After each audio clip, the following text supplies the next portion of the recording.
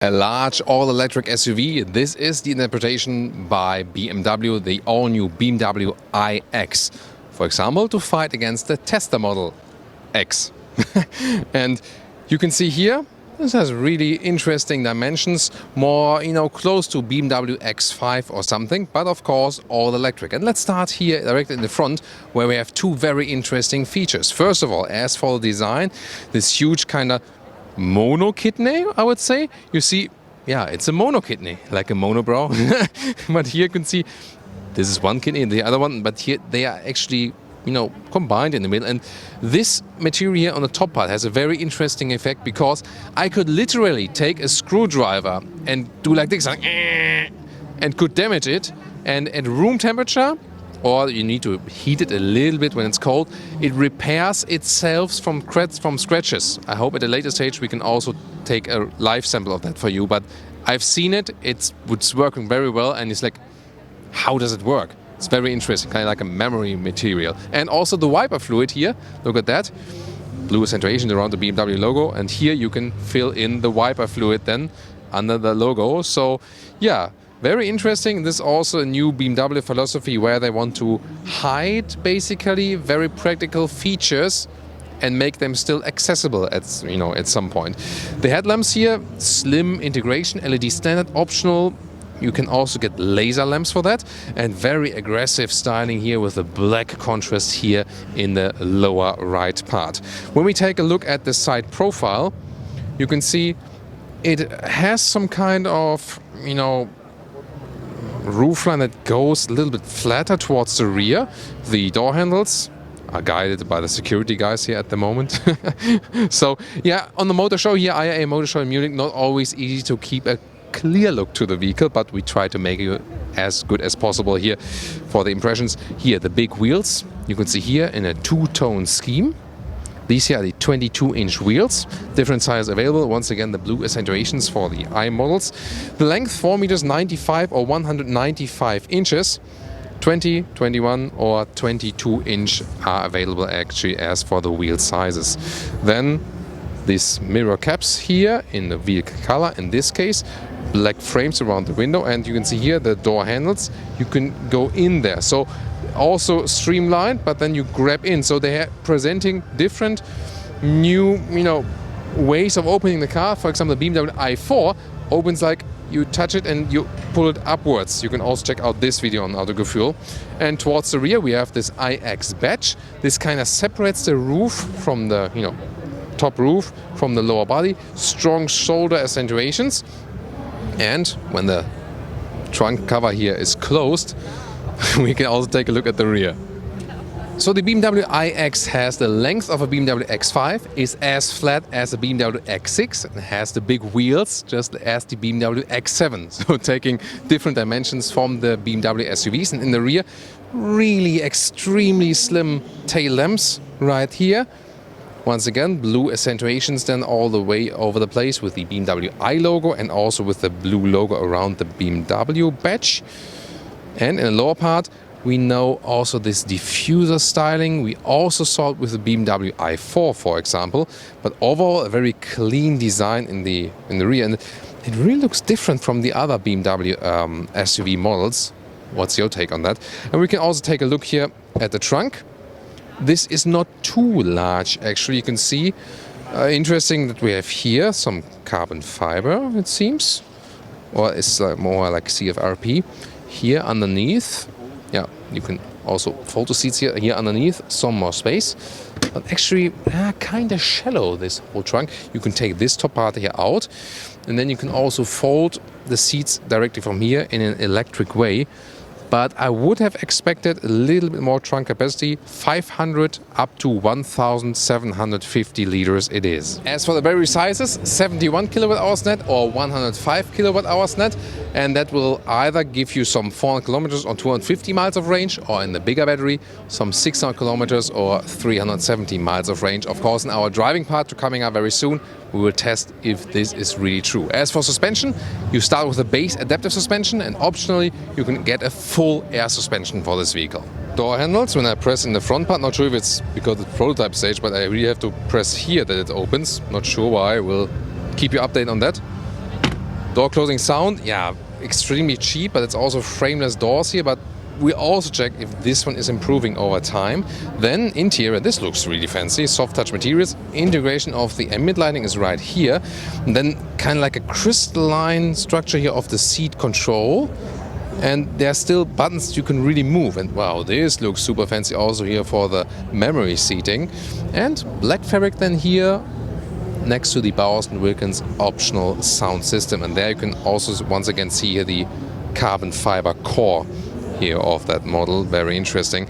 As for the seating materials, by the way, talking about materials, you will have a mix of fabric and microfiber and some wool share. Then Sensatec in beige, brown or black. This should be the beige Sensatec seat because the animal skin seat is in black and red and it has rather a symmetric shape, and this asymmetric shape rather belongs to the Sensatec seat. That's, you know, as my information goes. And this has here a perforated structure and it also feels kind of soft. Overall, the new interior here is, yeah, really reminding us rather like a concept vehicle, and this is actually a production vehicle. 12.3-inch screen on the left, 14.9-inch screen on the right, and the seats here feel very soft, a very spacious interior, and you really feel that this one is thought out to be an all-electric vehicle and was planned also on an EV platform, and that's also what makes more sense with the EVs. Steering wheel here with the electric control and a completely new steering wheel we have not seen with BMW yet, in this kind of octagon shape. Cruise control, however, here still with manual buttons or real buttons to touch. At least a mix. This is capacitive, but here I can still set something. But really cool shape, definitely here. Right side then with a volume jog here for the music. That's also good. Soon more to the infotainment.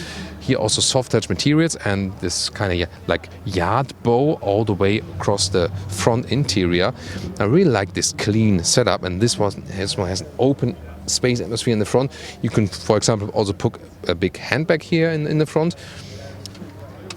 Like this here, this open space area, really cool. And then you have like a tablet here, 2 USB-C chargers and more space, like inductive charging pad for your phone, cup holders and so on. And even fancier here, this is like a matte wood surface underneath the crystalline MMI knob, I like to call it that way because Audi calls it that way. Yeah, but this one also interesting turning sound. It really has an interesting haptic feedback. So, and then you can see this is also a new trend. So these buttons here are integrated. So they are also somewhat capacitive, give you feedback. You also hear that. And when you integrate this with high gloss piano lacquer, it looks cheap. But when you integrate it with wood surface here, then it actually makes sense and looks fancy, doesn't it? So this middle console is super interesting. This, by the way, the shifting lever here, when you put it forward or backward, this is where you put in reverse gear, drive gear or B for more recuperation and so on. And here is another manual volume jog. And then we have the typical split opening for some more space. And in this, like, a lot of space, I can almost hide my whole big microphone in here. By the way, better sound for you here from the motor show. This is actually quite noisy around here, but with that one, you only hear my voice. Infotainment system OS8, so BMW OS8 Premier here in the BMW iX. Nice visualization of the vehicle, by the way. It will be available as the xDrive 40 with 6.1 seconds acceleration figure, or then 4.6 seconds in the acceleration as the xDrive 50 with more horsepower. And here you can see this is a normal GPS by BMW we know and actually like. This is here the fairground here, Munich. But then again, when you take a look at the this, by the way, the gesture control for the volume, yeah.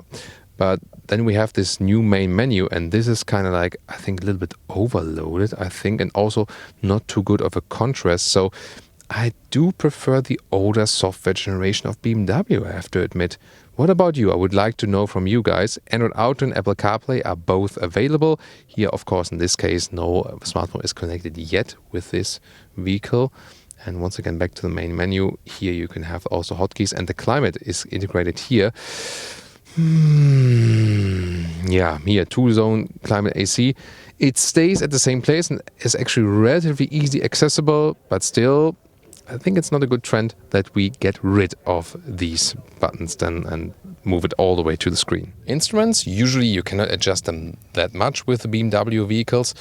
It will show digital speed, of course, and has a nice, appearance as for just a first visual impression. And when we drive this vehicle very soon, stay subscribed. We show you all about that. To get out of the vehicle, by the way, I press this button here and steering wheel also moves up again. So this, it's a nice integration. It also is kind of like a natural movement right here. I wonder where they put the manual release, especially for our friends in the US. And now I'm really excited to get to the rear because this is a dedicated EV platform. And BMW has started with the i project with the going separate EV platform. Then they went back for the iX3 or the i4 using zombie platforms or just putting the EVs on the existing platforms. And with this one, however, they do a separate platform again. Yeah, not sure which direction they are going, but this one is a good direction because we have plenty of legroom right here. Then we have no middle tunnel whatsoever. This is very good open space here in the rear. And once again, soft touch materials everywhere we see and look, and it's a very roomish atmosphere in the rear. Once again, 1.86 or 6.1, plenty of headroom left. And also, again, with the perforated Sensatec materials, make a good quality impression. Cup holders are right here. And we do fold the seats then from the trunk, so there's no possibility from here. There's an extensive climate unit also for the rear. Well, seat heating is probably not the best idea at the hot motor show right here.